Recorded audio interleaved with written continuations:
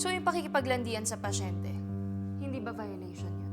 Nililigawan si Zoe ng pasyente niya na si Doc. Hindi testigo dapat sa nanay niya. Hindi ko kailangan ng psychiatrist. Iba tong nararamdaman ko sa dati. Galit ako kay Carlos. Lalong-lalo na ngayon, hindi pa siya nahuhuli ng mga pulis. Kaya nga, Lynette, huwag ka naman masyadong mag-alala. Walang masamang mangyayari sa inyo ni Annalyn. Hindi mo alam kung anong pwedeng mangyari. Kaya dapat magdoble ingat tayo, lalong-lalo ka na, Annalyn. Ito muna, bago ka mag-duty. Marami ka pang gagawin. Isa lang. Sige na. Sige na. Sige lang. Sumakay ka lang.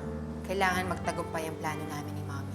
Meron kaming nakausap na nakakita kay Doc Carlos. Bakit? Ano bang sinabi? Sumakay daw siya sa truck ng gulay, papunta ng Maynila. Hindi kaya si Carlos nga yung nakita ni Annalyn doon sa labas ng bahay?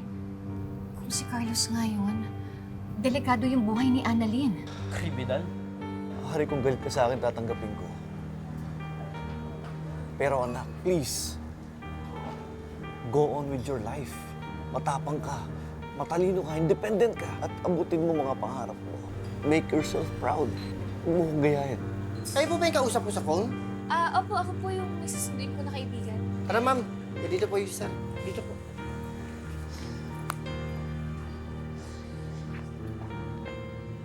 Harry?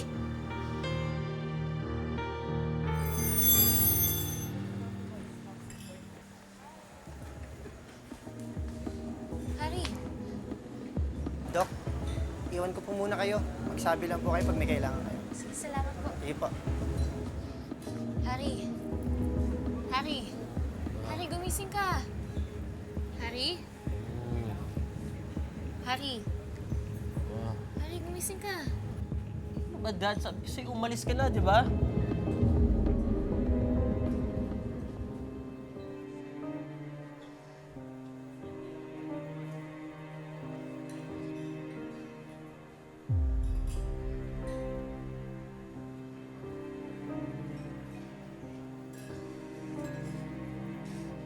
Harry?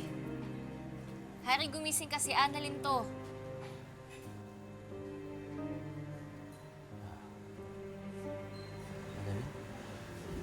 Ano na? Yan si Dad. Wala yung daddy mo dito. Hindi pa nga siya nahuhuli. Andito siya eh. Alam ko nandito siya. Kausap ko siya noon. Andito si Dad. Alam mo, Harry, lasing ka lang. Hindi ako lasing. Harry! Hindi ako lasing. Alam ko, andito siya. Kausap ko siya kanina. Nandito si Dad.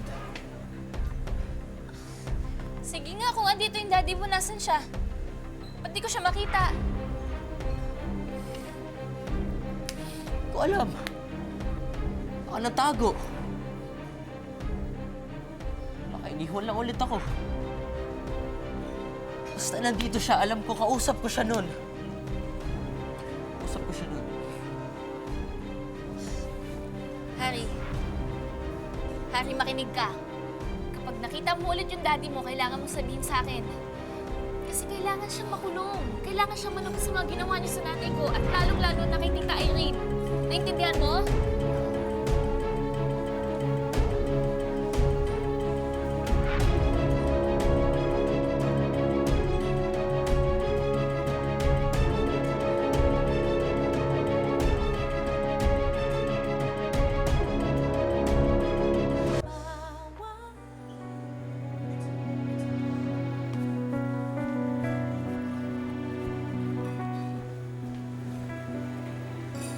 Kuya, excuse me lang po.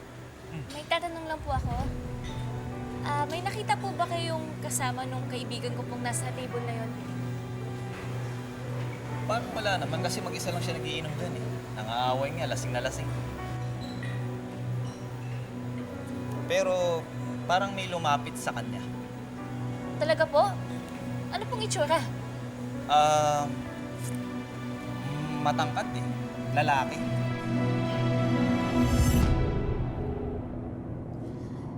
Hindi sinasagot ni Annalyn yung tawag ko. Baka mamaya kung ano na nangyari sa kanya. Lynette, baka may pasyente pa siya or baka nasa OR. RJ, alam ko yung schedule ni Annalyn. Kanina pa tapos yung duty niya. Huwag ka naman mag-overthink agad. overthink. RJ, hindi mo kasi naiintindihan eh. May pagkakataon na lumayo si Carlos pero bumalik pa rin siya dito sa Maynila. Ibig sabihin, gusto talaga niyang gumante. E paano kung si Annalyn ang balikan niya? Tawagan mo kaya ang mga kaibigan niya sa Apex. Baka alam nila kung nasaan si Annalyn.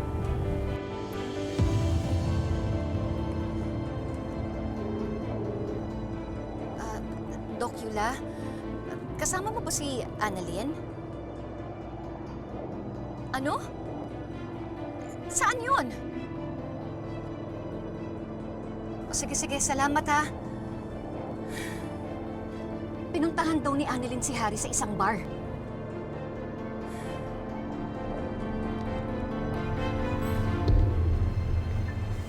Zoe! Zoe! What? Zoe, tatapatin na kita. Nililigawan ka ba ni Dax? What? No. Saan mo naman nakuha yan? It doesn't matter. Well, it matters because it's fake news. He's just my patient. Yun lang. Do you really think I'll stoop down that low? Magpapaligaw ako sa kriminal? At yung tao pong magpapakulong sa mami ko? Like, Well, I don't know. Baka naman desperada ka na. saan mo ba nakuha yung fake news na yan? Oh, let me guess. Sa magaling mong anak. Hindi kaya siya yung may crush kay Dax? You know what? I wouldn't be surprised. Kasi mukha naman walang taste yung anak mo. Hey! Be careful what you say about my daughter. Then sabihin mo rin sa kanya, she better be careful what she says about me. Hindi si Justin na nagsabi sa akin tungkol sa inyo ni Dax. Marami akong mga mata at tenga dito sa Apex. Eh di ipacheck mo sila. May Opta tayo dito. May ENT. Kasi obvious naman. Malabo yung mga mata at tenga sinasabi mo. Excuse me.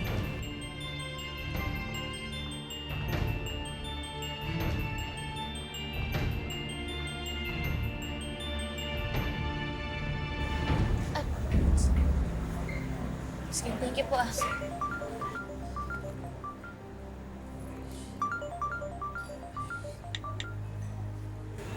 Hello, Nay? Annalyn, bakit hindi mo sinasagot yung tawag ko? Kanina pa ako tawag ng tawag sa'yo ah.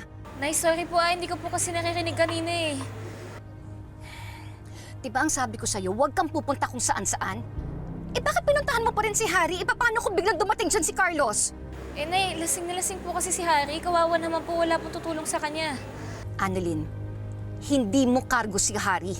Hindi mo siya pasyente. Pero, Nay, kaibigan ko po si Harry. Diyan ka lang. I-text mo sa akin kung nasaan ka. Pupuntahan ka namin. Nay, wag na po.